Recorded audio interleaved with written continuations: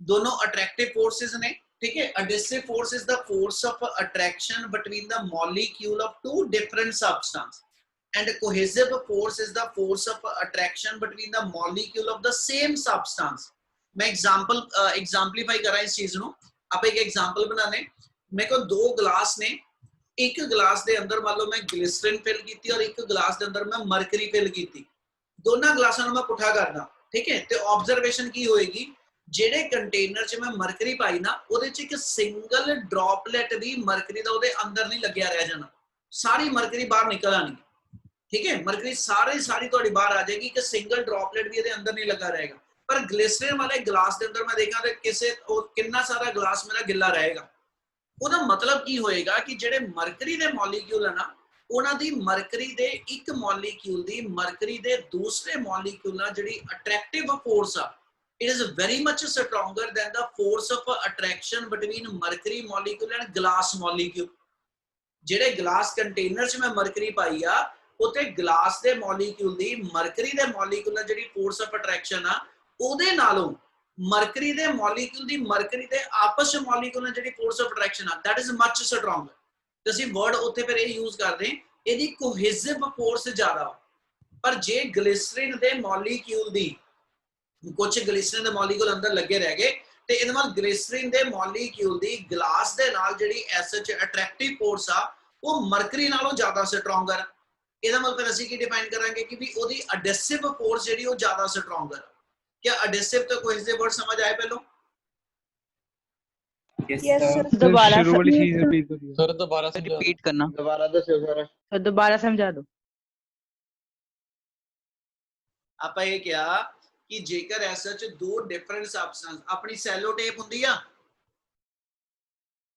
Yes sir. Cello tape ਕੀ ਨਾਮ ਦਿੰਦੇ ਆਪਾਂ? ਐਡहेसिव ਟੇਪ ਕਹਿੰਦੇ ਆ। Yes sir. ਕੀ ਮਤਲਬ ਉਹਦਾ? ਸੋਚੋ ਜ਼ਰਾ, ਜਿਹੜੀ ਟੇਪ ਦੇ ਮੋਲੀਕਿਊਲਸ ਨੇ ਤੇ ਜਿਹੜੇ ਤੁਹਾਡੀ ਵਾਲ ਦੇ ਮੋਲੀਕਿਊਲਸ ਨੇ, ਉਹਦੇ ਵਿੱਚ ਫੋਰਸ ਆਫ ਅਟਰੈਕਸ਼ਨ, ਇਹਦਾ ਮਤਲਬ ਦੋ ਡਿਫਰੈਂਟ ਸਬਸਟੈਂਸ ਦੇ ਮੋਲੀਕਿਊਲ ਦੇ ਵਿੱਚ ਜਿਹੜੀ ਫੋਰਸ ਆਫ ਅਟਰੈਕਸ਼ਨ ਆ, ਉਹਨੂੰ ਐਡहेसिव ਫੋਰਸ ਕਹਿੰਦੇ ਆ। ਇੱਕੋ ਹੀ ਸਬਸਟੈਂਸ ਦੇ ਡਿਫਰੈਂਟ ਮੋਲੀਕਿਊਲ ਦੀ ਆਪਸ ਵਿੱਚ ਫੋਰਸ ਆਫ ਅਟਰੈਕਸ਼ਨ ਜਿਹੜੀ ਆ, ਉਹਨੂੰ ਅਸੀਂ ਕੋਹੇਸਿਵ ਫੋਰਸ ਕਹਿੰਦੇ ਆ। ਸਮਝ ਆਇਆ? Yes sir. Yes sir. ਤੇ ਜੇ ਮੈਂ ਮਰਕਰੀ ਨੂੰ ਮੈਂ ਗਲਾਸ 'ਚ ਪਾਇਆ ਔਰ ਉਹਦੇ 'ਚ ਇੱਕ ਸਿੰਗਲ ਡ੍ਰੌਪਲੇਟ ਵੀ ਨਹੀਂ ਰਹਿ ਗਿਆ, ਇਹਦਾ ਮਤਲਬ ਆ ਮਰਕਰੀ ਦੇ ਮੋਲੀਕਿਊਲ ਦੀ ਗਲਾਸ ਦੇ ਮੋਲੀਕਿਊਲ ਨਾਲ ਅਟਰੈਕਟਿਵ ਫੋਰਸ ਵੀਕ ਆ, ਐਡहेसिव ਫੋਰਸ ਉਹਦੀ ਵੀਕ ਆ। ਤੇ ਮੋਲੀਕਿਊਲ ਮਰਕਰੀ ਦੇ ਮੋਲੀਕਿਊਲ ਦੀ ਮਰਕਰੀ ਦੇ ਮੋਲੀਕਿਊਲ ਦੇ ਨਾਲ ਜਿਹੜੀ ਫੋਰਸ ਆਫ ਅਟਰੈਕਸ਼ਨ ਉਹ ਸਟਰੋਂਗਰ ਆ। ਅਸੀਂ ਕਹਿੰਦੇ ਮਤਲਬ ਉਹਦੀ ਕੋਹੇਸਿਵ ਫੋਰਸ ਸਟਰੋਂਗਰ ਆ ਤੇ ਐਡहेसिव ਫੋਰਸ ਵੀਕਰ ਆ, ਠੀਕ ਹੈ। ਤੇ ਜਦ ਕਿ ਜੇ ਮੈਂ ਐਸਾ ਕੋਈ ਦੂਜੀ ਐਗਜ਼ਾਮਪਲ ਬਣਾਵਾਂ ਤੇ ਉਹਦੇ 'ਚ ਅਸੀਂ ਰਿਵਰਸ ਬਣਾ ਲਾਂਗੇ। ਹੁਣ ਇੱਥੇ ਇਹਦਾ ਮਤਲਬ ਕੀ ਆ? ਇੱਥੇ ਅਸੀਂ ਆ ਡਿਫਾਈਨ ਕਰਦੇ ਹਾਂ ਕਿ ਜਿਹੜੇ ਐਸਾ ਚ ਮੇਰੇ ਕੋਲ ਲਿਕੁਇਡ ਦੇ ਮੋਲੀਕਿਊਲ ਕੰਟੇਨਰ ਦੇ ਮੋਲੀਕਿਊਲ ਦੇ ਸਭ ਤੋਂ ਜ਼ਿਆਦਾ ਕਲੋਜ਼ ਆ, ਯਾਨੀ ਜਿਹੜੀ ਲਿਕੁਇਡ ਦੀ ਲੇਅਰ ਇੱਥੋਂ ਦੀ ਮੂਵ ਕਰੇਗੀ ਇਹਦੇ ਕੰਟੈਕਟ ਚੋਂ, ਹਨਾ, ਇਸ ਲਿਕੁਇਡ ਲੇਅਰ ਦੇ ਮੋਲੀਕਿਊਲ ਦੀ ਗਲਾਸ ਕੰਟੇਨਰ ਦੇ ਮੋਲੀਕਿਊਲ ਦੇ ਨਾਲ ਐਡहेसिव ਫੋਰਸ ਜੇ ਮੈਂ ਮੇਜਰ ਕਰਾਂ, ਤੇ ਆ ਲੇਅਰ ਤੇ ਜਿਹੜਾ ਲਿਕੁਇਡ ਮੂਵ ਕਰਦਾ ਪਿਆ, ਇਹਦੇ ਮੋਲੀਕਿਊਲ ਦੀ ਮੈਂ ਕੰਟੇਨਰ ਦੇ ਮੋਲੀਕਿਊਲ ਦੇ ਨਾਲ ਜੇ ਐਸਐਚ ਐਡहेसिव ਫੋਰਸ ਮੇਜਰ ਕਰਾਂ, ਤੇ we know one property कि force always vary inversely with the distance। force हमेशा distance ना inversely है, ते r square आवे, r power 7 आवे, r power 9 आवे। मैं power दी गल हजे नहीं करन लग्या। ਇਹਦਾ ਮਤਲਬ force distance ਨਾਲ inversely ਆ। ਇਹ ਮਤਲਬ ਆ ਜਿਹੜਾ liquid ਦਾ molecule container ਦੇ ਨਾਲ ਚੱਲਦਾ ਪਿਆ, ਹਨਾ, ਇਹਦਾ ਮਤਲਬ liquid ਦੇ molecule ਦੀ ਇੱਥੇ container ਦੇ molecule ਨਾਲ distance ਥੋੜਾ ਵਾ, ਇਸ ਲਈ ਇੱਥੇ ਵਾਲੇ ਮੋਲੀਕਿਊਲ ਦੀ, ਇੱਥੇ ਵਾਲੇ ਲਿਕੁਇਡ ਦੇ ਮੋਲੀਕਿਊਲ ਦੀ ਇੱਥੇ ਕੰਟੇਨਰ ਦੇ ਮੋਲੀਕਿਊਲ ਨਾਲ ਫੋਰਸ ਆਫ ਅਟਰੈਕਸ਼ਨ ਸਟਰੋਂਗਰ ਹੋਏਗੀ, ਤੇ ਜਦ ਕਿ ਜਿਹੜਾ ਇੱਥੇ ਲਿਕੁਇਡ ਦਾ ਮੋਲੀਕਿਊਲ ਆ, ਉਹਦੀ ਕੰਟੇਨਰ ਦੇ ਮੋਲੀਕਿਊਲ ਨਾਲ ਫੋਰਸ ਆਫ ਅਟਰੈਕਸ਼ਨ ਜਿਹੜੀ ਵੀਕ ਹੋਏਗੀ। ਕਿ ਆ ਗੱਲ ਸਮਝ ਆਈ? Yes sir. Yes sir. ਅੱਗੇ ਫਿਰ ਕੀ ਹੋਏਗਾ? ਜੇ ਇਹਨਾਂ ਦੋਨਾਂ ਮੋਲੀਕਿਊਲ ਤੇ ਡਿਫਰੈਂਟ ਫੋਰਸ ਲੱਗਦੀ ਨਾ, ਤੇ ਇਹਨਾਂ ਦੋਨਾਂ ਮੋਲੀਕਿਊਲ ਦੇ ਮੂਵ ਕਰਨ ਦੀ ਸਪੀਡ ਵੀ ਡਿਫਰੈਂਟ। ਜਿਹੜਾ ਇਹਦੇ ਗਲਾਸ ਦੇ ਨੀਅਰ ਬਾਈ ਲੇਅਰ ਹੋਏਗੀ, ਹਨਾ, ਇੱਥੇ ਲਿਕੁਇਡ ਜਿਹੜਾ ਸਲੋ ਸਪੀਡ ਨਾਲ ਮੂਵ ਕਰੇਗਾ, ਤੇ ਜਦ ਕਿ ਜਿਹੜਾ ਲਿਕੁਇਡ ਦੀ ਲੇਅਰ ਇੱਥੋਂ ਨਿਕਲਦੀ ਪਈ ਆ, ਉਹਦੀ ਸਪੀਡ ਜ਼ਿਆਦਾ। ਇਹਦਾ ਮਤਲਬ ਇਸ ਲੇਅਰ ਤੋਂ ਜੇ ਮੈਂ ਆਹ ਲੇਅਰ ਤੇ ਜਾਵਾਂ ਤੇ ਸਪੀਡ ਅੱਗੇ ਨਾਲੋਂ ਵੱਧ ਜਾਣੀ, ਜੇ ਮੈਂ ਆਹ ਲੇਅਰ ਤੇ ਜਾਵਾਂ ਸਪੀਡ ਹੋਰ ਵੱਧ ਜਾਣੀ। ਜੇ ਆ ਮਿਡਲ ਲੇਅਰ ਮੰਨਦਾ ਹੋਵਾਂ ਤੇ ਇਹਦੀ ਸਪੀਡ ਅਸੀਂ ਮੰਨਾਂਗੇ ਮੈਕਸਿਮਮ ਆ। ਇਸ ਤੋਂ ਬਾਅਦ ਉੱਪਰ ਜਾਂਦਾ ਜਾਵਾਂ ਤੇ ਇਹਦੇ ਨਾਲ ਡਿਸਟੈਂਸ ਘਟਣਾ ਸ਼ੁਰੂ ਹੋ ਜਾਏਗਾ, ਤੇ ਇਸ ਲਈ ਇੱਥੋਂ ਅਟਰੈਕਟਿਵ ਫੋਰਸ ਜਿਹੜੀ ਉਹ ਮੇਰੇ ਕੋਲ ਸਟਰੋਂਗਰ ਹੋਣੀ ਸ਼ੁਰੂ ਹੋ ਜਾਊ। ਇਹਦਾ ਮਤਲਬ ਇਹ ਚੀਜ਼ ਹੋ ਗਈ। ਮੈਂ ਇਹ ਸਾਰੇ ਵਰਡ ਕਿਉਂ ਜੋੜਦਾ ਪਿਆ, ਆਪਾਂ ਇੱਕ ਵਰਡ ਬੋਲਣਾ ਵਾ ਔਰ ਉਹ ਵਰਡ ਹੈਗਾ ਰਿਲੇਟਿਵ ਮੋਸ਼ਨ। ਇੱਥੇ ਮੈਂ ਗੱਲ ਤੁਹਾਨੂੰ ਪਹਿਲਾਂ ਕਹਿ ਕੇ ਹਟਿਆ ਕਿ ਜਦੋਂ ਇੱਕ ਸਰਫੇਸ ਦੂਜੀ ਸਰਫੇਸ ਦੇ ਉੱਤੇ ਮੂਵ ਕਰਦੀ ਹੈ ਨਾ, ਤੇ ਇਹਨਾਂ ਦੋਨਾਂ ਸਰਫੇਸ ਦੇ ਵਿੱਚ ਜਿਹੜੀ ਰਿਲੇਟਿਵ ਮੋਸ਼ਨ ਬਣਦੀ ਆ, ਆ ਦੋ ਸਰਫੇਸ ਦੇ ਵਿੱਚ ਗੱਬੇ ਜਿਹੜੇ ਮੋਲੀਕਿਊਲ ਆ, ਇਹਨਾਂ 'ਚ ਰਿਲੇਟਿਵ ਮੋਸ਼ਨ ਜਿਹੜੀ ਬਣਦੀ ਉਹ ਰਿਸਪੌਂਸੀਬਲ ਆ ਫ੍ਰਿਕਸ਼ਨਲ ਫੋਰਸ ਵਾਸਤੇ। ਠੀਕ ਹੈ, ਇਹ ਮਤਲਬ ਐਸ ਸੱਚ ਜੇ ਰਿਲੇਟਿਵ ਮੋਸ਼ਨ ਰਿਸਪੌਂਸੀਬਲ ਆ ਤੇ ਲਿਕੁਇਡ 'ਚ ਫ੍ਰਿਕਸ਼ਨ ਕਿੱਦਾਂ ਆਈ? ਉਹਦੇ ਲਈ ਪਰ ਅਸੀਂ ਇਹ ਵਰਡ ਲੈਂਦੇ ਆ ਕਿ ਜਦੋਂ ਹਰ ਲੇਅਰ ਦੂਜੀ ਲੇਅਰ ਦੇ ਨਾਲੋਂ different velocity ਨਾਲ move ਕਰਦੀ ਨਾ, ਤੇ every layer will have the tendency to alter or to change the velocity of other layer। ਇਸ layer ਦੀ tendency ਇਹ ਹੋਏਗੀ, ਇਸ layer ਦੀ velocity ਨੂੰ ਮੈਂ ਜਿਹੜਾ ਵਾ ਉਹ decrease ਕਰਾਂ, ਤੇ ਇਸ layer ਦੀ tendency ਇਹ ਹੋਏਗੀ ਇਸ layer ਦੀ velocity ਨੂੰ increase ਕਰਾਂ, ਆਪਣੇ ਵਰਗਾ ਬਣਾਉਣਾ। ਠੀਕ ਹੈ ਨਾ, ਜੇ ਇਹਦੀ velocity ਘੱਟ ਆ ਤੇ ਇਹਨੇ ਇਸ layer ਦੀ velocity ਘਟਾਉਣ ਦੀ ਕਰਨੀ, ਜੇ ਇਹਦੀ ਜ਼ਿਆਦਾ ਤੇ ਇਹਨੇ ਇਹਦੀ velocity ਵਧਾਉਣ ਦੀ ਕਰਨੀ। ਡਿਊ ਟੂ ਵਿਚ ਇਹਨਾਂ ਦੋ ਲੇਅਰ ਦੇ ਅੰਦਰ ਇੰਟਰਫੇਰੈਂਸ ਹੋਣੀ ਸ਼ੁਰੂ ਹੋ ਗਈ, ਤੇ ਜਦੋਂ ਇਹ ਦੋ ਲੇਅਰ ਦੇ ਵਿੱਚ ਇੰਟਰਫੇਰੈਂਸ ਆਂਦੀ ਨਾ, ਉਦੋਂ ਅਸੀਂ ਕਹਿੰਦੇ ਇਹਦੇ ਵਿੱਚ ਰਿਲੇਟਿਵ ਮੋਸ਼ਨ ਸੈੱਟ ਹੋ ਜਾਂਦੀ। ਔਰ ਜਿਹੜੀ ਫਿਰ ਇੱਥੇ ਰਿਲੇਟਿਵ ਮੋਸ਼ਨ ਸੈੱਟ ਹੁੰਦੀ, ਠੀਕ ਹੈ ਜੀ, that relative motion will measure the viscousness of the liquid। ਕਿੰਨਾ ਕੁ ਲਿਕੁਇਡ ਗਾੜਾ ਵਾ, ਹਨਾ, ਜਿੰਨਾ ਕੁ ਲਿਕੁਇਡ ਗਾੜਾ ਹੋਏਗਾ ਉਨੀ ਵਿਸਕਸਨੈਸ ਜ਼ਿਆਦਾ, ਉਨੀ ਇਹ ਫ੍ਰਿਕਸ਼ਨਲ ਫੋਰਸ ਵੀ ਜ਼ਿਆਦਾ। ਸੋ ਫਿਰ ਲਿਕੁਇਡ ਵਾਲੇ ਕੇਸ ਦੇ ਅੰਦਰ, ਜੇ ਲਿਕੁਇਡ ਵਾਲੇ ਕੇਸ 'ਚ ਚੱਲੀਏ ਤੇ ਲਿਕੁਇਡ ਵਾਲੇ ਕੇਸ 'ਚ ਵੀ ਰਿਲੇਟਿਵ ਮੋਸ਼ਨ ਹੀ ਆਉਂਦੀ ਹੈ, ਔਰ ਉਹ ਰਿਲੇਟਿਵ ਮੋਸ਼ਨ ਰਿਸਪੌਂਸੀਬਲ ਆ ਫ੍ਰਿਕਸ਼ਨਲ ਫੋਰਸ ਨੂੰ ਜਨਰੇਟ ਕਰਨ ਵਾਸਤੇ। ਸਮਝ ਆਈ ਗੱਲ? ਸਰ ਮੀਨਸ ਜਿੱਦਾਂ ਦੋ ਲੇਅਰਸ ਹੁੰਦੀਆਂ, ਦੋ ਲੇਅਰਸ ਦੀ ਸਪੀਡ ਅਲੱਗ ਹੋਊਗੀ ਤੇ ਇਦਾਂ ਢਿੱਲਾ ਜਾਣੀ, ਜਲਦੀ ਬੋਲ ਜੋ ਬੋਲਣਾ। ਉਸੇ ਕਾਰਨ ਫੋਰਸ ਲੱਗੇਗੀ ਨਾ। ਹਾਂਜੀ, ਲਿਕੁਇਡ ਜਦੋਂ ਲੇਅਰ ਫਾਰਮ 'ਚ ਮੂਵ ਕਰਦਾ ਪਿਆ ਤੇ ਹਰ ਲੇਅਰ ਦੀ ਟੈਂਡੈਂਸੀ ਆ ਕਿ ਆਪਣੀ ਨੇਬਰਿੰਗ ਲੇਅਰ ਦੀ ਵੈਲੋਸਿਟੀ ਨੂੰ ਚੇਂਜ ਕਰੇ, ਜਿਹਦੇ ਕਰਕੇ ਹਰ ਦੋ ਲੇਅਰ ਇੱਕ ਦੂਜੇ ਦੀ ਮੋਸ਼ਨ ਨਾਲ ਇੰਟਰਫੇਅਰ ਕਰਨਾ ਸ਼ੁਰੂ ਕਰ ਦਿੰਦੀਆਂ, ਔਰ ਉਹਦੀ ਇੰਟਰਫੇਰੈਂਸ ਦਾ ਰਿਜ਼ਲਟ ਇਹ ਨਿਕਲਦਾ ਕਿ ਵੀ ਉਹਨਾਂ ਦੇ ਅੰਦਰ ਰਿਲੇਟਿਵ ਮੋਸ਼ਨ ਬਣ ਜਾਂਦੀ।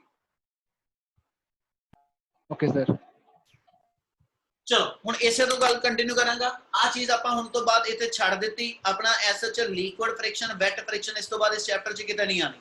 ਹੁਣ ਜਿੰਨਾ ਚੈਪਟਰ ਆਪਣਾ ਚੱਲਣਾ ਸਾਰਾ ਸੋਲਿਡ ਫ੍ਰਿਕਸ਼ਨ ਦੇ ਨਾਲ ਚੱਲੇਗਾ, ਔਰ ਸੋਲਿਡ ਫ੍ਰਿਕਸ਼ਨ ਦੇ ਅੰਦਰ ਕੱਲ ਆਪਾਂ ਗੱਲ ਕਰਦੇ ਪਏ ਸੀ, ਇਹਨੂੰ ਆਪਾਂ ਐਕਸਟਰਨਲ ਫ੍ਰਿਕਸ਼ਨ ਵੀ ਕਹਿੰਦੇ, ਔਰ ਐਕਸਟਰਨਲ ਫ੍ਰਿਕਸ਼ਨ ਨੂੰ ਆਪਾਂ ਕੈਟੇਗਰਾਈਜ਼ ਕੀਤਾ ਸੀਗਾ ਕਿ ਜਿਹੜੀ ਐਕਸਟਰਨਲ ਫ੍ਰਿਕਸ਼ਨ ਹੋਏਗੀ ਇਹਨੂੰ ਕੈਟੇਗਰਾਈਜ਼ ਕਰੀਏ, ਤੇ ਆਪਾਂ ਕਿਹਾ ਸੀ ਜੀ ਆਪਣੇ ਕੋਲ ਐਸਐਚ ਦੀਆਂ ਤਿੰਨ ਟਾਈਪ ਆ ਗਈਆਂ। ਇੱਕ ਨੂੰ ਆਪਾਂ ਨਾਮ ਦਿੱਤਾ ਸੀ ਮੇਰੇ ਕੋਲ ਜਿਹੜਾ ਐਸਐਚ ਸਟੈਟਿਕ ਫ੍ਰਿਕਸ਼ਨ, ਇੱਕ ਨੂੰ ਨਾਮ ਦਿੱਤਾ ਸੀ ਲਿਮਿਟਿੰਗ ਫ੍ਰਿਕਸ਼ਨ, ਔਰ ਥਰਡ ਮੇਰੇ ਕੋਲ ਆ ਜਾਏਗੀ ਕਿਨੈਟਿਕ। ਫਿਰ ਕਿਨੈਟਿਕ ਦੇ ਅੱਗੇ ਆਪਾਂ ਦੋ ਟਾਈਪਸ ਇਹਦੀਆਂ ਲਿੱਤੀਆਂ ਸੀ, ਇੱਕ ਸਲਾਈਡਿੰਗ ਫ੍ਰਿਕਸ਼ਨ ਔਰ ਸੈਕਿੰਡ ਸੀਗੀ ਆਪਣੇ ਕੋਲ ਰੋਲਿੰਗ ਫ੍ਰਿਕਸ਼ਨ। ਹੁਣ ਇੱਥੋਂ ਗੱਲ ਅੱਗੇ ਕੰਟੀਨਿਊ ਕਰਨ ਲੱਗਿਆ ਆਪਾਂ, ਜੇ ਐਸਐਚ ਸਭ ਤੋਂ ਪਹਿਲਾਂ ਗੱਲ ਕਰੀਏ, ਥੋੜਾ ਜਿਹਾ ਹੋਰ ਪਾਰਟ ਐਡ ਕਰਨ ਲੱਗਿਆ, ਫ੍ਰਿਕਸ਼ਨ ਦਾ ਕਾਜ਼ ਕੀ ਹੈ। ਜੇ ਅਸੀਂ ਇੰਨੀ ਗੱਲ ਕਰੀਏ ਕਿ ਵੀ ਸੋਲਿਡ ਫ੍ਰਿਕਸ਼ਨ ਆ, ਲਿਕੁਇਡ, ਕੋਈ ਵੀ ਗੱਲ ਕਰੀਏ ਬੇਟਾ, ਫ੍ਰਿਕਸ਼ਨ ਦਾ ਕਾਜ਼ ਕੀ ਹੈ ਜੀ, ਫ੍ਰਿਕਸ਼ਨ ओरिजिनेट ਕਿੱਥੋਂ ਹੁੰਦੀ ਹੈ, ਤੇ ਫ੍ਰਿਕਸ਼ਨ ਦੇ ਸਰ ਜਿਹੜੀਆਂ ਹਾਂਜੀ ਸਰ ਜਿਹੜੀਆਂ ਇਰੈਗੂਲਰਿਟੀਜ਼ ਹੁੰਦੀਆਂ ਉਹਦੇ ਕਰਕੇ ਸਰ ਫ੍ਰਿਕਸ਼ਨ। ਅਸੀਂ ਜੇ ਫ੍ਰਿਕਸ਼ਨ ਦੇ ਕਾਜ਼ ਦੀ ਗੱਲ ਕਰੀਏ ਨਾ, ਤੇ ਬੇਟਾ ਅਸੀਂ ਲੈ ਕੇ ਚੱਲਦੇ ਹਾਂ ਕਿ ਵੀ ਐਸਐਚ ਦੋ ਵਿਊ ਨੇ ਸਾਡੇ ਕੋਲ, ਦੋ ਡਿਫਰੈਂਟ ਥਿਊਰੀਜ਼ ਨੇ, ਠੀਕ ਹੈ, ਜਿਹੜੀ ਫ੍ਰਿਕਸ਼ਨ ਦੇ ਕਾਜ਼ ਨੂੰ ਐਕਸਪਲੇਨ ਕਰਦੀਆਂ। ਇੱਕ ਨੂੰ ਅਸੀਂ ਨਾਮ ਦੇ ਦਿੰਦੇ 올ਡ ਵਿਊ, ਠੀਕ ਹੈ, ਇੱਕ ਅਸੀਂ ਕਹਿੰਦੇ ਮਾਡਰਨ ਵਿਊ। ਦੋਨਾਂ 'ਚ ਫਰਕ ਕਿੱਥੇ ਆ? 올ਡ ਵਿਊ ਇਹ ਕਹਿੰਦਾ ਸੀਗਾ ਕਿ ਜਦੋਂ ਇੱਕ ਸਰਫੇਸ ਦੂਜੀ ਸਰਫੇਸ ਦੇ ਉੱਤੇ ਮੂਵ ਕਰਦੀ ਹੈ ਨਾ, ਤੇ ਉਸ ਮੂਵਮੈਂਟ ਤੇ ਇਹਨਾਂ ਸਰਫੇਸ ਦੇ ਅਕ੍ਰੋਸ ਇਰਰੈਗੂਲੈਰਿਟੀਜ਼ ਕਿੰਨੀਆਂ ਨੇ, ਮਤਲਬ roughness is the basic cause of ਕਹਿੰਦਾ ਜੀ ਫ੍ਰਿਕਸ਼ਨ। ਫ੍ਰਿਕਸ਼ਨ ਦਾ ਜਿਹੜਾ ਬੇਸਿਕ ਕਾਜ਼ ਆ, ਉਹ ਸਰਫੇਸ ਜਿਹੜੀਆਂ ਦੋ ਕੰਟੈਕਟ 'ਚ ਆ, ਹਨਾ, ਉਹਦੇ ਅੰਦਰ ਰਫਨੈਸ ਕਿੰਨੀ। ਇਹਦਾ ਮਤਲਬ ਜਿੰਨੀ ਆ ਸਰਫੇਸ ਦੇ ਅੰਦਰ ਰਫਨੈਸ ਤੇ ਆ ਸਰਫੇਸ ਦੇ ਵਿੱਚ ਰਫਨੈਸ ਜ਼ਿਆਦਾ ਹੋਏਗੀ, ਅਸੀਂ ਮੰਨਦੇ ਉਨੀ ਫ੍ਰਿਕਸ਼ਨਲ ਫੋਰਸ ਜ਼ਿਆਦਾ। ਠੀਕ ਹੈ, ਜੇ ਮੈਂ ਇਸ ਸਰਫੇਸ ਨੂੰ ਸਮੂਥ ਕਰ ਲਵਾਂ, ਸਿੰਪਲ ਜੀ ਐਗਜ਼ਾਮਪਲ ਦੇਣਾ, ਕੈਰਮ ਬੋਰਡ ਖੇਡਦੇ ਹੋ, ਹਨਾ, ਸਟ੍ਰਾਈਕਰ ਪ੍ਰੋਪਰ ਮੂਵ ਨਹੀਂ ਕਰ ਰਿਹਾ, ਅਸੀਂ ਪਾਊਡਰ ਪਾਤਾ, ਇਹ ਮਤਲਬ ਪਾਊਡਰੀ ਇੱਕ ਲੇਅਰ ਅਸੀਂ ਜਿਹੜੀ ਹੈ ਨਾ, ਇੱਕ ਪਾਊਡਰ ਦੀ ਲੇਅਰ ਜਿਹੜੀ ਆ ਉਹ ਐਸਐਚ ਆਪਾਂ ਵੁਡਨ ਦੇ ਉੱਤੇ ਸੈੱਟ ਕਰ ਦਿੱਤੀ, ਤੇ ਹੁਣ ਜਿਹੜੀ ਗੀਟੀ ਹੋਏਗੀ, ਹਨਾ, ਸਟ੍ਰਾਈਕਰ ਹੋਏਗਾ, ਉਹ ਐਸਐਚ ਮੇਰੇ ਕੋਲ ਵੁਡਨ ਤੇ ਨਹੀਂ, ਵੁੱਡ ਤੇ ਮੂਵ ਨਹੀਂ ਕਰ ਰਿਹਾ, ਉਹਦੇ ਉੱਤੇ ਜਿਹੜੀ ਲੇਅਰ ਆ ਗਈ, ਠੀਕ ਹੈ ਜੀ, ਮੇਰੇ ਕੋਲ ਪਾਊਡਰ ਦੀ, ਉਹ ਉਹਦੇ ਤੇ ਮੂਵ ਕਰਦਾ ਪਿਆ। ਇਸ ਲਈ ਅਸੀਂ ਕਹਿੰਦੇ ਰਫਨੈਸ ਘਟ ਗਈ, ਸਮੂਥਨੈਸ ਵੱਧ ਗਈ, ਇਸ ਲਈ ਫ੍ਰਿਕਸ਼ਨ ਘਟ ਗਈ। ठीक है। ਇਹਦਾ ਮਤਲਬ ਤੇ ਫਿਰ ਇਹ ਚੀਜ਼ ਹੋਈ ਜੇ ਆਪਾਂ ਇਸੇ ਗੱਲ ਨੂੰ ਕੰਟੀਨਿਊ ਕਰਦੇ ਚੱਲੀਏ, ਜੇ ਮੈਂ ਸਰਫੇਸ ਨੂੰ ਬਹੁਤ ਸਮੂਥ ਕਰਦਾ ਜਾਵਾਂ, ਇਹਨੂੰ ਮੈਂ ਰਗੜ ਕੇ ਪੂਰਾ ਸਮੂਥ ਕਰ ਲਿਆ, ਤੇ ਇਹਦਾ ਮਤਲਬ ਆ ਫ੍ਰਿਕਸ਼ਨ ਬਹੁਤ ਘਟ ਜਾਏਗੀ। ਔਰ ਜੇ ਇੱਕ ਸਟੇਜ ਉਹ ਆ ਗਈ, ਅਸੀਂ ਕਹਿੰਦੇ ਸਰਫੇਸ ਐਕਸਟਰਾ ਸਮੂਥ ਹੋ ਗਈ, ਕਹਿੰਦਾ ਵੀ ਉਹ ਕਿਹੜੀ ਹੁੰਦੀ, ਅਸੀਂ ਐਕਸਟਰਾ ਸਮੂਥ ਕਹਿੰਦੇ ਮੈਂ ਇੰਨਾ ਕੁ ਸਰਫੇਸ ਨੂੰ ਕਹਿੰਦਾ ਜੀ ਐਸਾ ਸੌਫਟ ਯਾਨੀ ਸਮੂਥ ਕਰ ਦਿੱਤਾ ਕਿ ਮੈਨੂੰ ਲੱਗ ਰਿਹਾ ਉੱਤੇ ਕੋਈ ਇਰਰੈਗੂਲੈਰਿਟੀਜ਼ ਜਾਂ ਪ੍ਰੋਜੈਕਸ਼ਨਸ ਜਿਹੜੀਆਂ ਨੇ ਅਪ ਐਂਡ ਡਾਊਨ ਜਿਹੜੇ ਨੇ ਸਰਫੇਸ ਉੱਤੇ ਨਹੀਂ ਰਹਿ ਗਏ।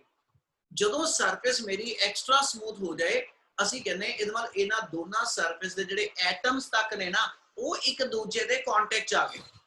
ਇਹਨੂੰ ਅਸੀਂ ਐਟੋਮਿਕ ਥਿਊਰੀ ਕਹਿੰਦੇ ਆ, ਠੀਕ ਹੈ, ਇਹਨੂੰ ਅਸੀਂ ਮੋਲੀਕੂਲਰ ਥਿਊਰੀ ਕਹਿੰਦੇ ਆ, ਜਿਹਦਾ ਮਤਲਬ ਇਹ ਹੋਏਗਾ ਕਿ ਸਰਫੇਸ ਇੰਨੀਆਂ ਕਿ ਰਗੜ ਲੀਆਂ, ਇੰਨਾ ਕਿ ਇਹਨੂੰ ਮੈਂ ਰਗੜ ਕੇ ਕਹਿੰਦਾ ਜੀ ਇਹਨੂੰ ਜਿਹੜਾ ਮੈਂ ਕਰ ਲਿਆ ਜਿਹੜਾ ਸਾਫ਼, ਕਿ ਵੀ ਇਹਦੇ ਅੰਦਰੋਂ ਐਟਮ ਤੱਕ ਜਿਹੜੇ ਨਾ ਉਹ ਇੱਕ ਦੂਜੇ ਦੇ ਕੰਟੈਕਟ ਆਣੇ ਸ਼ੁਰੂ ਹੋ ਗਏ, ਉੱਪਰਲੀ ਉਹਦੀ ਸਾਰੀਆਂ ਲੇਅਰ ਉਖਾੜ ਦਿੱਤੀਆਂ। ਜਦੋਂ ਉਹ ਸਿਚੁਏਸ਼ਨ ਆਈ ਤੇ ਹੁਣ ਹੋਣਾ ਇਹ ਚਾਹੀਦਾ ਸਰਫੇਸ ਤਾਂ ਐਕਸਟਰਾ ਸਮੂਥ ਹੋ ਗਈ, ਤੇ ਐਕਸਟਰਾ ਸਮੂਥ ਹੋ ਗਈ ਤੇ ਫਿਰ ਫ੍ਰਿਕਸ਼ਨ ਦਾ ਬਿਲਕੁਲ ਖਤਮ ਹੋ ਜੇ।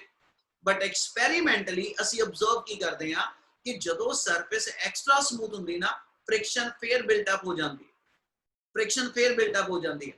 ਇਹਦਾ ਮਤਲਬ ਜਿਹੜਾ 올ਡ ਵਿਊ ਇਹ ਕਹਿੰਦਾ ਪਿਆ ਕਿ roughness is the basic cause of friction, ठीक है, that term is to be valid, या that relation, that principle is to be valid only up to a certain extent। वो पक्का नहीं वैलिड हैगा रिलेशन, ठीक है। थ्योरी आ तो दिमाग च रखो तो ध्यान नाल सुनो, ठीक है। ਇਹਦੇ ਵਿੱਚ ਮੈਥਮੈਟਿਕਲ ਅਜੇ ਕੁਝ ਨਹੀਂ ਆਣਾ, ਸਿਰਫ ਥਿਉਰੀ ਤੁਹਾਡੇ ਸੁਣਨ ਤੇ ਸਮਝਣ ਵਾਲੀ ਆਣੀ ਆ। ਇਹਦਾ ਮਤਲਬ ਜਦੋਂ ਆ ਸਰਫੇਸ ਤੁਸੀਂ ਰਫ ਕਰਦੇ ਇਹਨੂੰ ਰਬ ਕਰਦੇ ਸਮੂਥ ਬਣਾਇਆ, ਇੱਕ ਲੈਵਲ ਤੱਕ ਰਫਨੈਸ ਦੇ ਖਤਮ ਹੋਣ ਦੇ ਨਾਲ, ਠੀਕ ਹੈ ਜੀ, ਫ੍ਰਿਕਸ਼ਨ ਰਿਡਿਊਸ ਹੋਏਗੀ। ਇੱਕ ਲੈਵਲ ਤੋਂ ਬਿਯੋਂਡ ਜਦੋਂ ਸਰਫੇਸ ਨੂੰ ਅਸੀਂ ਕਹਿੰਦੇ ਕਿ ਉਹ ਐਕਸਟਰਾ ਸਮੂਥ ਹੋ ਗਈ, ਤੇ ਫਿਰ ਉਦੋਂ ਮੇਰੇ ਕੋਲ ਜਿਹੜੀ ਫ੍ਰਿਕਸ਼ਨਲ ਫੋਰਸ ਫਿਰ ਓਰੀਜੀਨੇਟ ਹੁੰਦੀ ਆ, ਫਿਰ ਅਰਾਈਜ਼ ਕਰਦੀ ਆ। ਕਿਉਂ ਕਰਦੀ ਆ? ਆਪਾਂ ਉਸ ਚੀਜ਼ ਨੂੰ ਜੇ ਐਕਸਪਲੇਨ ਕਰੀਏ ਤੇ ਇੱਕ ਸੈਕਿੰਡ ਵਰਡ ਹੋਰ ਐਡ ਕਰਨ ਲੱਗੇ, ਕਹਿੰਦਾ ਜੀ 올ਡ ਵਿਊ ਦੇ ਅਕੋਰਡਿੰਗਲੀ ਇਹ ਸੀਗਾ ਜਿੰਨਾ ਸਰਫੇਸ ਏਰੀਆ ਕੰਟੈਕਟ ਚ ਜ਼ਿਆਦਾ ਆਏਗਾ, ਜਿੰਨਾ ਆ ਹੱਥ ਦੇ ਉੱਤੇ ਹਨਾ, ਜਿਵੇਂ ਆ ਬਾਕਸ ਨੂੰ ਮੂਵ ਕਰਾਵਾਂ, ਠੀਕ ਹੈ ਜੀ, ਤੇ ਇਹਨੇ ਜਿੰਨਾ ਏਰੀਆ ਕੰਟੈਕਟ ਚ ਲੈ ਕੇ ਆਂਦਾ, ਇਹਦੇ ਅਕੋਰਡਿੰਗ ਫ੍ਰਿਕਸ਼ਨਲ ਫੋਰਸ ਆ। ਜਿਵੇਂ ਇਹਦੀ ਥਾਂ ਤੇ ਆ ਏਰੀਆ ਕੰਟੈਕਟ ਚ ਲੈ ਕੇ ਆਵਾਂ ਤਾਂ ਏਰੀਆ ਆਫ ਕੰਟੈਕਟ ਤਾਂ ਵੱਧ ਗਿਆ। ਜੇ ਏਰੀਆ ਆਫ ਕੰਟੈਕਟ ਵੱਧ ਗਿਆ ਤੇ ਫਿਰ ਫ੍ਰਿਕਸ਼ਨਲ ਫੋਰਸ ਵੀ ਵਧਣੀ ਚਾਹੀਦੀ ਹੈ, ਠੀਕ ਹੈ। ਪਰ ਐਕਸਪੈਰੀਮੈਂਟਲੀ ਅਸੀਂ ਇੱਕ ਚੀਜ਼ ਅਬਜ਼ਰਵ ਕਰਦੇ ਹਾਂ, ਜੇ ਮੇਰੇ ਕੋਲ ਸਰਫੇਸ ਆਪਾਂ ਇਦਾਂ ਰੱਖੀ, ठीक है, मैं समझाने की एग्जांपल दोबारा दे रहा। जे मान लो आ मेरे को दो बॉक्सेस ने, ये मैं इस वे ना हाथ पे रखे आ, ठीक है, इन्हां ने जिन्ना इस वे अपना सरफेस एरिया इनक्लोज कीता, जे इहदी थां ते मैं आ सरफेस इदां रख लवां ते अगे नालों एरिया ऑफ कांटेक्ट ਵਧੇਗਾ, ਵੱਧ ਗਿਆ। ਤੇ ਜੇ ਏਰੀਆ ਆਫ ਕਾਂਟੈਕਟ ਵੱਧ ਗਿਆ ਤੇ 올ਡ ਵਿਊ ਦੇ ਅਕੋਰਡਿੰਗਲੀ ਹੁਣ ਫ੍ਰਿਕਸ਼ਨ ਵੀ ਵਧਣੀ ਚਾਹੀਦੀ ਆ, क्योंकि कांटेक्ट थले जेडे ने हना मेरे को जेडी थलेड़े पासे ना आपस एक दूसरे ना कांटेक्ट वध गए, ते जे आ चीज हो गई ते फिर फ्रिक्शनल फोर्स ਵਧਣੀ ਚਾਹੀਦੀ। But experimentally it has been observed that कि if the two surfaces are placed along this way or the surfaces are placed along this way, provided normal reaction remain same, यानी जेड़ा आ total weight होएगा इना दोनों दा मिला के, जे इस केस च ते इस केस दे अंदर वेट सेम आ, वेट नहीं चेंज होया, ते फिर इना दोनों केसेस दे अंदर फ्रिक्शनल फोर्स भी जड़ी आ है ना, वो इदा रखा या इदा रखा, फ्रिक्शनल फोर्स सेम। ਇਹਦਾ ਮਤਲਬ ਤੇ ਫਿਰ ਇੱਕ ਚੀਜ਼ ਹੋਈ ਕਿ ਫ੍ਰਿਕਸ਼ਨਲ ਫੋਰਸ ਇੰਡੀਪੈਂਡੈਂਟ ਆ, ਫ੍ਰਿਕਸ਼ਨਲ ਫੋਰਸ ਇੰਡੀਪੈਂਡੈਂਟ ਆ ਕਿਹਦੇ ਤੋਂ? Apparent area of contact. ਜਿਹੜਾ ਏਰੀਆ ਆਫ ਕੰਟੈਕਟ ਮੈਨੂੰ ਅਪੀਅਰ ਹੁੰਦਾ ਪਿਆ ਕਿ ਵੀ ਇਸ ਕੇਸ 'ਚ ਏਰੀਆ ਆਫ ਕੰਟੈਕਟ ਬਹੁਤ ਜ਼ਿਆਦਾ ਲੱਗ ਰਿਹਾ ਤੇ ਮੈਨੂੰ ਫ੍ਰਿਕਸ਼ਨਲ ਫੋਰਸ ਜ਼ਿਆਦਾ ਚਾਹੀਦੀ ਸੀ, पर जे इस केस फ्रिक्शनल फोर्स ज्यादा नहीं और इस केस थोड़ी नहीं, दोनों च बराबर आई आ, ते फिर इस जिन्ना के एरिया ऑफ कांटेक्ट मैनू लगदा पिया कि भी इत्ते डिपेंडेंस हो, कहंदा इहदे ते डिपेंडेंस है नहीं। क्या आ गल समझ आई? Yes sir, yes sir.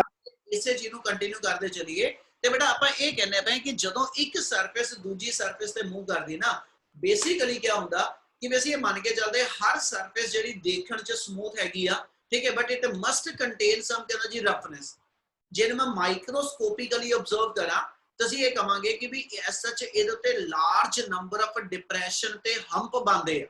ਮਤਲਬ ਜਿਹੜੀ ਸਰਫੇਸ ਮੈਨੂੰ ਦੇਖਣ ਚ ਲੱਗਦਾ ਆ ਸਟ੍ਰੇਟ ਲਾਈਨ ਆ, ਹਨਾ, ਬਿਲਕੁਲ ਐਸ ਸੱਚ ਸਟ੍ਰੇਟ ਸਰਫੇਸ ਆ, ਸਮੂਥ ਸਰਫੇਸ ਆ, ਉਹ ਕਹਿੰਦਾ ਐਕਚੁਅਲ ਸਰਫੇਸ ਇਦਾਂ ਨਹੀਂ ਹੈਗੀ।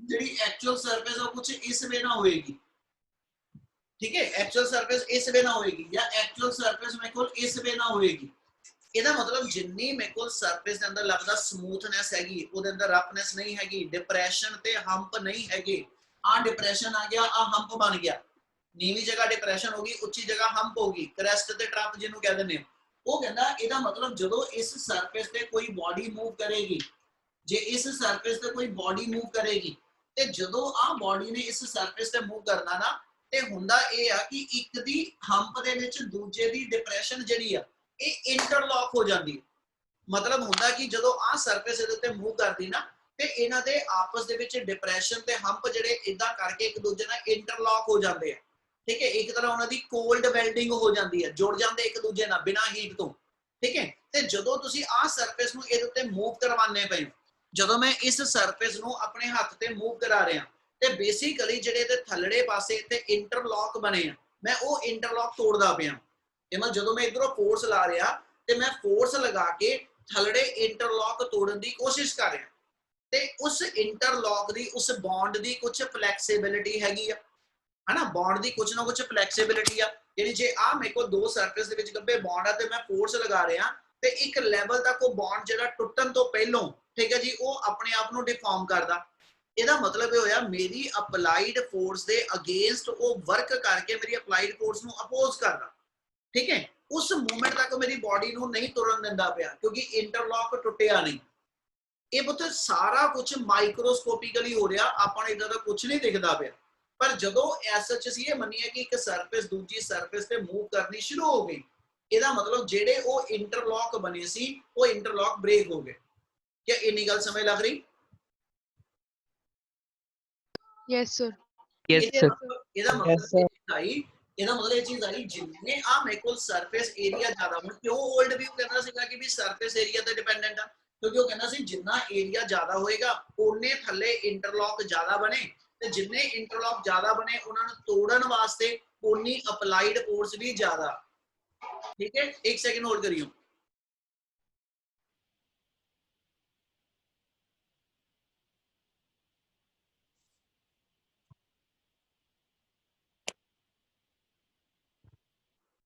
हाँ जी ਇਹਦਾ ਮਤਲਬ ਜਿੰਨੀ ਐਸਐਚ ਸਰਫੇਸ ਏਰੀਆ ਇਨ ਕੰਟੈਕਟ ਜ਼ਿਆਦਾ ਆਏਗਾ ਮਤਲਬ ਉਨੀ ਇੰਟਰਲੌਕਿੰਗ ਜ਼ਿਆਦਾ ਤੇ ਜਿੰਨੀ ਇੰਟਰਲੌਕਿੰਗ ਜ਼ਿਆਦਾ ਇਹਦਾ ਮਤਲਬ ਉਹਨੂੰ ਬ੍ਰੇਕ ਕਰਨ ਵਾਸਤੇ ਉਨੀ ਅਪਲਾਈਡ ਫੋਰਸ ਵੀ ਜ਼ਿਆਦਾ ਲੱਗੂ ਥੋੜਾ ਅਟੈਂਟਿਵ ਹੋ ਕੇ ਸਮਝੋ ਪੁੱਤ ਮੈਂ ਬਾਰ-ਬਾਰ ਕਹਿ ਰਿਹਾ ਥਿਉਰੀ ਆ ਸਿਰਫ ਸੁਣਨ ਤੇ ਸਮਝਣ ਵਾਲੀ ਚੀਜ਼ ਆ ਇਹਦੇ ਅੰਦਰ ਮੈਥਮੈਟੀਕਲ ਦਾ ਕੁਝ ਨਹੀਂ ਹਜੇ ਆਣਾ ਠੀਕ ਹੈ ਇਹ ਹੈਗਾ 올ਡ ਵਿਊ ਹੁਣ ਮਾਡਰਨ ਵਿਊ ਕਹਿੰਦਾ ਕਿ ਵੀ ਜੇ ਐਸਐਚ ਇਦਾਂ ਹੀ ਹੋਵੇ ਜਿੱਦਾਂ ਆਪਾਂ ਦੱਸਦੇ ਪਏ ਆ ਕਿ ਜੇ ਏਰੀਆ ਆਫ ਕੰਟੈਕਟ ਜ਼ਿਆਦਾ ठीक है तो फिर फ्रिक्शनल फोर्स ज्यादा आवे पर जदों मैं एसएच ब्लॉक दे उत्ते ब्लॉक रखिया ते तावी उतना ही मेरे को फ्रिक्शनल फोर्स आ जे ब्लॉक में दो सरफेस दे कांटेक्ट रखे तावी उतना ही मेरे को कहना जी फ्रिक्शनल फोर्स आ ते एदा मतलब ये चीज हुई कि we are independent of the frictional force independent of the apparent area of contact मैं हुण एक वर्ड दसन दी कोशिश करांगा एपरेंट एरिया दा की मतलब आ जे मैं आ हाथ नु इस हाथ दे उत्ते रखिया क्या इस हाथ दे ऊपर वाले दा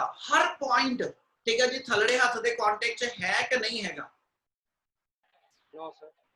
No, sir. नहीं है जे नहीं हैगा जी जे मैं आ जित्तों का हाथ चुकदा पिया जे मैं इत्थों की सोचा ते मैनू गैप जिहा ते इत्थे दिखी जांदा है ना आ दोनों चीजियां वाले पोर्शन दे अंदर आ फिंगर्स वाले पोर्शन च गैप इत्थे दिखी जांदा ਇਹਦਾ ਮਤਲਬ ਇੱਕ ਚੀਜ਼ ਆ ਗਈ ਉਹਨਾਂ ਨੇ ਫਿਰ ਇਹ ਡਿਫਾਈਨ ਕੀਤਾ ਮਾਡਰਨ ਵਿਊ ਨੇ ਕਿ ਜਿਹੜਾ ਐਪਰੈਂਟ ਏਰੀਆ ਵਾ ਤੇ ਜਿਹੜਾ ਐਕਚੁਅਲ ਏਰੀਆ ਆਫ ਕੰਟੈਕਟ ਆ ਇਹਨਾਂ ਦੋਨਾਂ 'ਚ ਫਰਕ ਹੁੰਦਾ ਉਹ ਕਹਿੰਦਾ ਕਿ ਜੇ ਮੈਂ ਐਸਐਚ ਨੂੰ ਲੈ ਕੇ ਚੱਲਾਂ ਨਾ ਇਹ ਇੰਨਾ ਫਰਕ ਹੁੰਦਾ ਕਿ ਜੇ ਮੈਨੂੰ actual area of contact 1 point ਆ ਠੀਕ ਹੈ ਤੇ ਮੈਨੂੰ ਜਿਹੜਾ ਐਪਰੈਂਟ ਯਾਨੀ ਅਪੀਅਰ ਹੋਏਗਾ ਏਰੀਆ ਉਹ 10 ਰੇਜ਼ ਟੂ ਪਾਵਰ 4 ਟਾਈਮ ਆ ਯਾਨੀ ਇੰਨਾ ਜ਼ਿਆਦਾ ਏਰੀਆ ਆਫ ਕੰਟੈਕਟ ਮੈਨੂੰ ਅਪੀਅਰ ਹੋ ਰਿਹਾ ਜਦ ਕਿ ਐਕਚੁਅਲ ਏਰੀਆ ਆਫ ਕੰਟੈਕਟ ਜਿੱਥੇ ਆ ਦੋ ਹੱਥ ਜਿਹੜੇ ਮੇਰੇ ਆ ਇਹ ਕੰਟੈਕਟ ਉਹ ਕਹਿੰਦਾ ਉਹ ਤੇ ਆਹੀ ਸਿਰਫ ਪੁਆਇੰਟਸ ਆ ਇੱਥੇ ਕੰਟੈਕਟ ਆ ਬਾਕੀ ਦਾ ਕਿਸੇ ਥਾਂ ਤੇ ਕੰਟੈਕਟ ਹੀ ਨਹੀਂ ਆਇਆ ਆ ਪਾਮ ਜਿਹੜੇ ਨੇ ਇਹ ਤਾਂ ਵਿੱਚ ਗੱਬੇ ਗੈਪ ਬਣਾਉਂਦੇ ਆ ਠੀਕ ਹੈ ਕੰਟੈਕਟ ਇਸ ਪੁਆਇੰਟ ਤੇ ਆ ਇਹਦਾ ਮਤਲਬ ਜਿੰਨਾ ਕਿ ਏਰੀਆ ਆਫ ਕੰਟੈਕਟ ਮੈਨੂੰ ਲੱਗਦਾ ਪਿਆ ਉਹਦੇ ਨਾਲੋਂ ਕਿਤੇ ਘੱਟ ਐਕਚੁਅਲ ਏਰੀਆ ਆਫ ਕੰਟੈਕਟ ਆਂਦਾ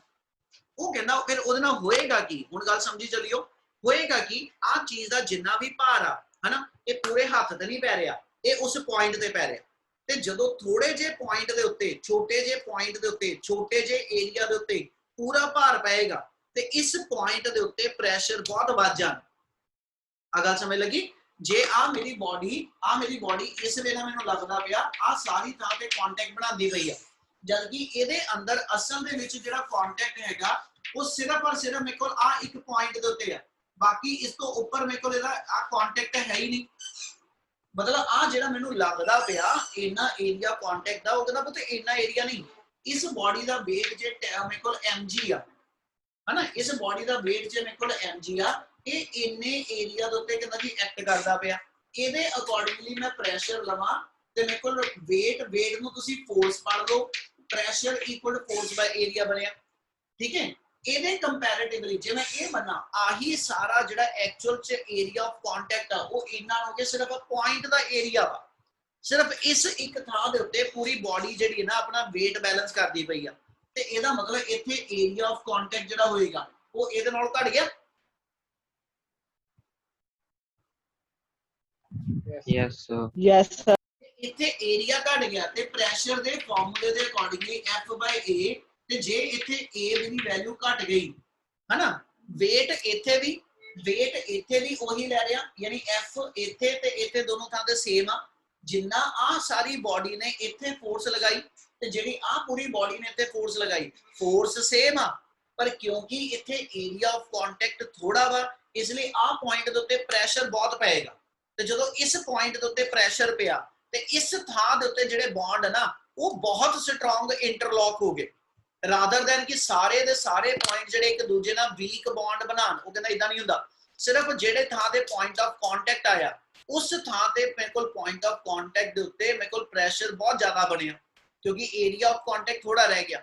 ਇਸ ਲਈ ਜੇ ਉੱਥੇ ਪ੍ਰੈਸ਼ਰ ਸਟਰੋਂਗ ਬਣਿਆ ਸਿਰਫ ਉਸ ਪੁਆਇੰਟ ਦੇ ਉੱਤੇ ਐਕਚੁਅਲ ਚ ਇੰਟਰਲੌਕਿੰਗ ਹੋਈ ਆ, ਤੇ ਜਿੰਨਾ ਅਸੀਂ ਜ਼ੋਰ ਲਾ ਰਹੇ ਹਾਂ ਉਹ ਸਿਰਫ ਔਰ ਸਿਰਫ ਉਸ ਪੁਆਇੰਟ ਆਫ ਕੰਟੈਕਟ ਦੀ ਇੰਟਰਲੌਕਿੰਗ ਨੂੰ ਤੋੜਨ ਲਈ ਲਾਣੇ ਪਏ, ਤੇ ਕਿਉਂਕਿ ਉਸ ਥਾਂ ਦੇ ਉੱਤੇ ਪੂਰੀ ਬੋਡੀ ਦਾ ਪ੍ਰੈਸ਼ਰ ਬਣਿਆ ਹੋਇਆ, ਇਸ ਲਈ ਉਸ ਇੰਟਰਲੌਕ ਨੂੰ ਤੋੜਨ ਵਾਸਤੇ ਮੈਨੂੰ ਜਿਹੜਾ ਵਾ ਜ਼ੋਰ ਜਿਹੜਾ ਕਹਿੰਦਾ ਜੀ ਉਹ ਜ਼ਿਆਦਾ ਲੱਗਦਾ ਪਿਆ। ਕਿ ਆ ਗੱਲ ਸਮਝ ਆ ਰਹੀ? Yes sir. Yes, sir. ਇਹਦਾ ਮਤਲਬ ਫਿਰ ਇਹ ਚੀਜ਼ ਹੋਈ ਨਾ, ਜਦੋਂ ਮੈਂ ਆ ਦੋਨੇ ਬੋਡੀਜ਼ ਇਦਾਂ ਰੱਖੀਆਂ ਹਨਾ, ਜਿੰਨਾ ਮੈਂ ਜਦੋਂ ਆ ਦੋ ਬੋਡੀਜ਼ ਇਦਾਂ ਰੱਖੀਆਂ ਤੇ ਇਹਨਾਂ ਨੇ ਮਿਲ ਕੇ ਆ ਥਾਂ ਤੇ ਜਿੰਨਾ ਕੁ ਪ੍ਰੈਸ਼ਰ ਪਾਇਆ ਉਹ ਸਟਰੋਂਗ ਆ। ਜਦੋਂ ਮੈਂ ਇਹੀ ਦੋ ਬੋਡੀ ਇਦਾਂ ਰੱਖੀਆਂ, ਠੀਕ ਹੈ, ਤੇ ਇਸ ਵੇਲੇ ਵੀ ਇਹਦਾ ਜਿਹੜਾ weight ਆ weight ਤੇ ਉਨਾ ਹੀ ਰਿਹਾ, ਯਾਨੀ F ਤਾਂ ਨਹੀਂ ਬਦਲਿਆ, F ਮੇਰੇ ਕੋਲ ਇਹਨਾਂ ਦੋਨਾਂ ਕੇਸ ਚ ਸੇਮ ਆ, ਪਰ ਜੇ ਏਰੀਆ ਮੇਰੇ ਕੋਲ ਵੱਧ ਗਿਆ ਤੇ ਉਹ ਪ੍ਰੈਸ਼ਰ ਡਿਸਟ੍ਰੀਬਿਊਟ ਹੋ ਗਿਆ, ਤੇ ਪ੍ਰੈਸ਼ਰ ਦੇ ਡਿਸਟ੍ਰੀਬਿਊਟ ਹੋਣ ਕਰਕੇ ਠੀਕ ਹੈ ਜੀ ਮੈਨੂੰ ਲੱਗਦਾ ਕਿ ਵੀ ਐਸਾ ਚ ਜਿਹੜਾ ਵਾ ਇਸ ਕੇਸ ਚ ਫ੍ਰਿਕਸ਼ਨ ਜ਼ਿਆਦਾ ਬਣੂਗੀ, ਪਰ ਉਹ ਕਹਿੰਦਾ ਇਦਾਂ ਨਹੀਂ ਹੋਏਗਾ। ਸਿਰਫ actual area of position, actual area of contact ਦੀ ਜਿਹੜੀ ਪੋਜੀਸ਼ਨ ਆ, ਸਿਰਫ ਪ੍ਰੈਸ਼ਰ ਉੱਥੇ ਬਣਿਆ ਤੇ ਉਸ ਪੁਆਇੰਟ ਦੇ ਉੱਤੇ ਠੀਕ ਹੈ ਜੀ ਬੌਂਡ ਇੱਕ ਤਰ੍ਹਾਂ ਸੀ ਕਹਿੰਦੇ ਕੋਲਡ ਵੈਲਡਡ ਹੋ ਗਏ। ਇਹ ਵਰਡ ਤਾਂ ਬਾਰ-ਬਾਰ ਬੋਲਦਾ, ਵੈਲਡਿੰਗ ਦਾ ਜੋੜ ਤੋੜਨਾ ਔਖਾ ਵਾ, ਠੀਕ ਹੈ, ਤੇ ਵੈਲਡਿੰਗ ਹੀਟ ਨਾ ਹੁੰਦੀ ਆ। ਇੱਥੇ ਆਹ ਪੁਆਇੰਟ ਜਦੋਂ ਇੱਕ ਦੂਜੇ ਦੇ ਕੰਟੈਕਟ ਚ ਜੁੜ ਗਏ ਤੇ ਇਹਦਾ ਬੌਂਡ ਨੂੰ ਤੋੜਨ ਵੇਲੇ ਅਸੀਂ ਕਹਿੰਦੇ ਜੀ ਐਸ ਚ ਮੈਨੂੰ ਜ਼ੋਰ ਲਾਣਾ ਪਿਆ, ਇੱਕ ਤਰ੍ਹਾਂ ਵੈਲਡਿੰਗ ਤੋੜੀ ਆ ਮੈਂ, ਠੀਕ ਹੈ, ਦੋ ਚੀਜ਼ਾਂ ਵੈਲਡ ਹੋਈਆਂ ਪਈਆਂ ਸੀ ਜਿਹਨੂੰ ਮੈਂ ਐਸ ਚ ਤੋੜਦਾ ਪਿਆ, ਪਰ ਇਸ ਵੈਲਡਿੰਗ ਦੇ ਅੰਦਰ ਕਿਤੇ ਕੋਈ ਹੀਟ ਇਨਵੋਲਵਡ ਨਹੀਂ, ਇਸ ਲਈ ਅਸੀਂ ਇਹਨੂੰ ਕੋਲਡ ਵੈਲਡਿੰਗ ਕਹਿੰਦੇ ਪਏ ਆ। ਆ ਗੱਲ ਸਮਝ ਆਈ? Yes, sir sir. ਮਤਲਬ ਏਰੀਆ ਘਟਦਾ ਵੱਧਦਾ ਫ੍ਰਿਕਸ਼ਨ ਸੇਮ ਰਹਿੰਦੀ ਹੈ? ਫ੍ਰਿਕਸ਼ਨ ਸੇਮ ਰਹਿੰਦੀ ਹੈ, ਪ੍ਰੋਵਾਈਡਡ ਤੁਹਾਡੇ ਬਾਡੀ ਦਾ weight ਜਿਹੜਾ ਵਾ ਦੋਨਾਂ ਕੇਸਿਸ ਦੇ ਅੰਦਰ ਲਾਰਜ ਏਰੀਆ ਤੇ ਵੀ ਤੇ ਸਮਾਲ ਏਰੀਆ ਤੇ weight ਸੇਮ ਹੋਵੇ। ਜੇ weight ਸੇਮ ਆ, ਉਹਦੀ ਨਾਰਮਲ ਰਿਐਕਸ਼ਨ ਸੇਮ ਆ, ਤੇ ਫਿਰ ਉਦੋਂ ਫੋਰਸ ਆਫ ਫ੍ਰਿਕਸ਼ਨ ਇੰਡੀਪੈਂਡੈਂਟ ਹੋਏਗੀ ਐਪਰੈਂਟ ਏਰੀਆ ਆਫ ਕੰਟੈਕਟ ਦੇ। ਗੱਲ ਸਮਝ ਆਈ? Yes sir. ਹੁਣ ਇਹ ਜੋ ਦੱਸ ਕੇ ਹਟਿਆ ਇਹ ਸਾਰੇ ਸਾਰਾ ਮਾਡਰਨ ਵਿਊ ਦੇ ਸਰ ਅਕੋਰਡਿੰਗ। ਦੁਬਾਰਾ ਦੱਸੋ ਸਰ, ਦੁਬਾਰਾ ਦੱਸੋ ਇੱਕ ਵਾਰੀ। ਕੀ ਦੱਸਾਂ, ਬੋਲ ਕੀ ਨਹੀਂ ਸਮਝ ਆਇਆ ਤੈਨੂੰ? ਸਰ ਲਾਸਟ ਵਾਲਾ ਜਿਹੜਾ ਤੁਸੀਂ ਦੱਸਿਆ। ਲਾਸਟ ਮੈਂ ਇਹ ਕਿਹਾ ਕਿ ਵੀ ਜਦੋਂ ਮੈਂ ਦੋ ਬਾਕਸ ਇਦਾਂ ਰੱਖੇ ਜਾਂ ਦੋ ਬਾਕਸ ਦੇ ਉੱਤੇ ਬਾਕਸ ਰੱਖਿਆ, ਅਸੀਂ ਕਿਹਾ weight ਸੇਮ ਆ, ਤੇ ਜੇ weight ਸੇਮ ਆ ਤੇ ਇਹਦਾ ਮਤਲਬ ਦੋਨਾਂ ਵਾਰੀ ਮੇਰੇ ਕੋਲ ਜਿਹੜੀ ਫ੍ਰਿਕਸ਼ਨਲ ਫੋਰਸ ਹੋਏਗੀ ਕਹਿੰਦਾ ਉਹ ਵੀ ਸੇਮ ਆ। ਇਹ ਮਤਲਬ ਫ੍ਰਿਕਸ਼ਨਲ ਫੋਰਸ ਤੇ ਮੇਰੇ ਕੋਲ ਜਿਹੜਾ ਏਰੀਆ ਮੈਨੂੰ ਲੱਗਦਾ ਪਿਆ ਕੰਟੈਕਟ ਚ ਉਹਦੇ ਤੇ ਡਿਪੈਂਡ ਨਹੀਂ ਕਰਦੀ ਪਈ, ਕਿਉਂਕਿ ਐਕਚੁਅਲ ਏਰੀਆ ਆਫ ਕੰਟੈਕਟ ਕੁਝ ਹੋਰ ਹੈਗਾ। ਇਸ ਲਈ ਅਸੀਂ ਡਿਫਾਈਨ ਕਰ ਦਿੰਦੇ ਕਿ frictional force is independent of apparent area of contact provided weight or normal reaction of the body remain to be same। ठीक है, जे बॉडी ਦਾ weight ਜਾਂ ਉਹਦੀ ਨਾਰਮਲ ਰਿਐਕਸ਼ਨ ਸੇਮ ਆ, ਠੀਕ ਹੈ, ਤੇ ਫਿਰ ਉਦੋਂ ਬॉडी ਜਿਹੜੀ ਹੋਏਗੀ ਉਹਦੀ ਫ੍ਰਿਕਸ਼ਨਲ ਫੋਰਸ ਆਪਣੇ ਕੋਲ ਐਪਰੈਂਟ ਏਰੀਆ ਤੇ ਡਿਪੈਂਡ ਨਹੀਂ ਕਰੇਗੀ।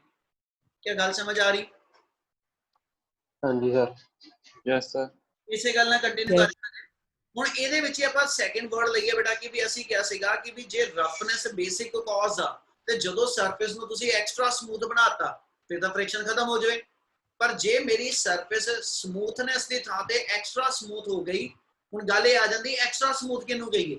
ਤੇ ਬੇਟਾ ਮੈਂ ਉਹਦੇ ਲਈ ਬਾਰ-ਬਾਰ ਕਹਿ ਰਿਹਾ, ਸਿਰਫ ਸਮਝਾਉਣ ਲਈ ਇੱਕ ਵਰਡ ਬੋਲੂੰ, ਆ ਹੱਥ ਨੂੰ ਹੱਥ ਤੇ ਰਗੜਦਾ ਪਿਆ ਹਨਾ, ਜੇ ਇਹਨੂੰ ਮੈਂ ਇੰਨਾ ਕੁ ਰਗੜਦਾ ਕਿ ਵੀ ਆ ਸਾਰੀ ਸਕਿਨ ਉੱਤਰ ਕੇ ਅੰਦਰ ਵਾਲੇ ਜਿਹੜੇ ਬਲੱਡ ਵੈਸਲ ਆ ਤੇ ਇਹਦੇ ਬਲੱਡ ਵੈਸਲ ਉਹ ਇੱਕ ਦੂਜੇ ਦੇ ਕੰਟੈਕਟ ਚ ਆ ਜਾਣ, ਅਸੀਂ ਕਹਿੰਦੇ ਇੰਨੀ ਸਰਫੇਸ ਨੂੰ ਅਸੀਂ ਰਗੜ ਲਿਆ, ਇੰਨਾ ਕੁ ਅਸੀਂ ਉਹਨੂੰ ਸਮੂਥ ਬਣਾ ਲਿਆ। ਤੇ ਅਸੀਂ ਇਹਨੂੰ ਐਸਐਚ ਫਿਜ਼ਿਕਸ ਦੇ ਅੰਦਰ ਇਦਾਂ ਕਹਿ ਦਿੰਦੇ ਕਿ ਜਦੋਂ ਦੋ ਸਰਫੇਸ ਜਿਹੜੀਆਂ ਤੁਸੀਂ ਰੱਬ ਕਰਦੇ ਪਏ, ਜੇ ਇਹਨਾਂ ਦੇ ਅੰਦਰ ਵਾਲੇ ਐਟਮ ਜਿਹੜੇ ਨੇ ਹਨਾ ਉਹ ਵੀ ਆਪਸ ਵਿੱਚ ਇੱਕ ਦੂਜੇ ਦੇ ਕੰਟੈਕਟ ਚ ਆਣੇ ਸ਼ੁਰੂ ਹੋ ਜਾਣ, ਇੰਟਰ ਐਟੋਮਿਕ ਜਾਂ ਇੰਟਰ ਮੋਲੀਕੂਲਰ ਫੋਰਸਿਸ ਜਿਹੜੀਆਂ ਨੇ, ਸਰਫੇਸ ਦੀ ਸਰਫੇਸ ਨਾਲ ਫੋਰਸ ਦੀ ਗੱਲ ਕੱਲੀ ਨਹੀਂ ਰਹਿ ਗਈ, ਇਹਨਾਂ ਸਰਫੇਸ ਦੇ ਵਿੱਚ ਐਡਿਸਿਵਨੈਸ ਨਹੀਂ ਕੱਲੀ ਰਹਿ ਗਈ, ਠੀਕ ਹੈ, ਇਹ ਰਗੜ ਕੇ ਇਹਦੇ ਅੰਦਰਲੇ ਐਟਮ ਦੀ ਐਡਿਸਿਵਨੈਸ ਆ ਗਈ। ਤੇ ਜਦੋਂ ਉਸ ਲੈਵਲ ਤੱਕ ਅਸੀਂ ਕਹਿੰਦੇ ਸਰਫੇਸ ਆਪਾਂ ਰੱਬ ਕਰ ਲੈਨੇ, ਅਸੀਂ ਕਹਿੰਦੇ ਉਹ ਸਰਫੇਸ ਐਕਸਟਰਾ ਸਮੂਥ ਬਣ ਗਈ। ਪਹਿਲਾਂ ਇਹ ਵਰਡ ਸਮਝ ਲੱਗਿਆ? Yes sir. ਜਦੋਂ ਸਰਫੇਸ ਐਕਸਟਰਾ ਸਮੂਥ ਹੋ ਗਈ ਨਾ, ਹੁਣ 올ਡ ਥਿਉਰੀ ਇਹ ਕਹਿੰਦੇ ਸੀ ਫ੍ਰਿਕਸ਼ਨ ਖਤਮ ਹੋ ਜਾਣੀ ਚਾਹੀਦੀ, ਪਰ ਮਾਡਰਨ ਦੀ ਥਿਉਰੀ ਦੇ ਅਕੋਰਡਿੰਗਲੀ ਅਸੀਂ ਫਾਈਂਡ ਆਊਟ ਕੀਤਾ ਫ੍ਰਿਕਸ਼ਨ ਤਾਂ ਖਤਮ ਨਹੀਂ ਹੋ ਰਹੀ, ਉਦੋਂ ਤਾਂ ਫ੍ਰਿਕਸ਼ਨ ਫੇਰ ਡਿਵੈਲਪ ਹੋ ਗਈ। ਉਹ ਕਹਿੰਦਾ ਉਹਦਾ ਕੀ ਕਾਜ਼, ਤੇ ਫਿਰ ਬੇਟਾ ਉਦੋਂ ਅਸੀਂ ਆਹੀ ਕਾਜ਼ ਲੈਣੇ ਕਿ ਜਦੋਂ ਦੋ ਐਟਮ ਜਿਹੜੇ ਨੇ, ਠੀਕ ਹੈ, ਜਦੋਂ ਦੋ ਐਟਮ ਦਾ ਗੈਪ ਬਹੁਤ ਜ਼ਿਆਦਾ ਸੀਗਾ ਤੇ ਜਦੋਂ ਤੁਸੀਂ ਇਹਨੂੰ ਰੱਬ ਕਰਦੇ ਕਰਦੇ ਦੋਨਾਂ ਸਰਫੇਸਿਸ ਨੂੰ ਇੰਨਾ ਕੁ ਕਲੋਜ਼ ਲੈ ਆਏ ਕਿ ਇਹਨਾਂ ਦਾ ਇੰਟਰ ਐਟੋਮਿਕ ਗੈਪ ਬਹੁਤ ਸਮਾਲ ਰਹਿ ਗਿਆ, ਤੇ ਉਦੋਂ ਅਸੀਂ ਮੰਨਦੇ ਇਹਨਾਂ 'ਚ ਇੰਟਰ ਐਟੋਮਿਕ ਜਿਹੜੀ ਅਟਰੈਕਟਿਵ ਫੋਰਸਿਸ ਨੇ ਫਿਰ ਉਹ ਵੀ ਰੋਲ ਪਲੇ ਕਰਦੀਆਂ। ਕਿਆ ਆ ਗੱਲ ਸਮਝ ਲੱਗੀ ਜੋ ਮੈਂ ਬੋਲੀ? No sir. ਅਸੀਂ ਇਹ ਕਿਹਾ ਕਿ ਜਦੋਂ ਐਟਮ ਤੱਕ ਨਾ ਜਿਹੜਾ ਠੀਕ ਹੈ ਜੀ ਉਹ ਕੰਟੈਕਟ ਆਣਾ ਸ਼ੁਰੂ ਹੋ ਜੇ, ਠੀਕ ਹੈ, ਆ ਇੱਕ ਸਰਫੇਸ ਦੇ ਐਟਮ ਜਿਹੜੇ ਨੇ ਤੇ ਆ ਸਰਫੇਸ ਦੇ ਜਿਹੜੇ ਐਟਮ ਜਦੋਂ ਇਹ ਅੰਦਰੋਂ ਐਟਮ ਦੇ ਕੰਟੈਕਟ ਚ ਆਣਾ ਸ਼ੁਰੂ ਹੋ ਗਿਆ, ਇਹਨੂੰ ਅਸੀਂ ਇਹ ਕਹਿੰਦੇ ਕਿ ਵੀ ਇਹਦਾ ਮਤਲਬ ਇਹ ਹੋ ਗਿਆ ਦੋ ਡਿਫਰੈਂਟ ਸਰਫੇਸਿਸ ਦੇ ਜਿਹੜੇ ਐਟਮਸ ਨੇ ਹਨਾ ਉਹਨਾਂ ਦੇ ਵਿੱਚ ਵੀ ਅਟਰੈਕਟਿਵ ਫੋਰਸਿਸ ਜਿਹੜੀਆਂ ਨੇ ਨਾ ਉਹ ਵੀ ਰੋਲ ਪਲੇ ਕਰਨ ਲੱਗ ਗਈਆਂ, ਤੇ ਜਦੋਂ ਉਹਨਾਂ ਦਾ ਰੋਲ ਪਲੇ ਕਰਨਾ ਸ਼ੁਰੂ ਹੋ ਜਾਂਦਾ ਉਦੋਂ ਫਿਰ ਉਹਨਾਂ 'ਚ ਅਟਰੈਕਟਿਵਨੈਸ ਜਿਹੜੀ ਆ ਐਟਮਸ ਦੇ ਵਿੱਚ ਆਣੀ ਸ਼ੁਰੂ ਹੋ ਜਾਂਦੀ, ਠੀਕ ਹੈ, ਤੇ ਉਹ ਅਟਰੈਕਟਿਵਨੈਸ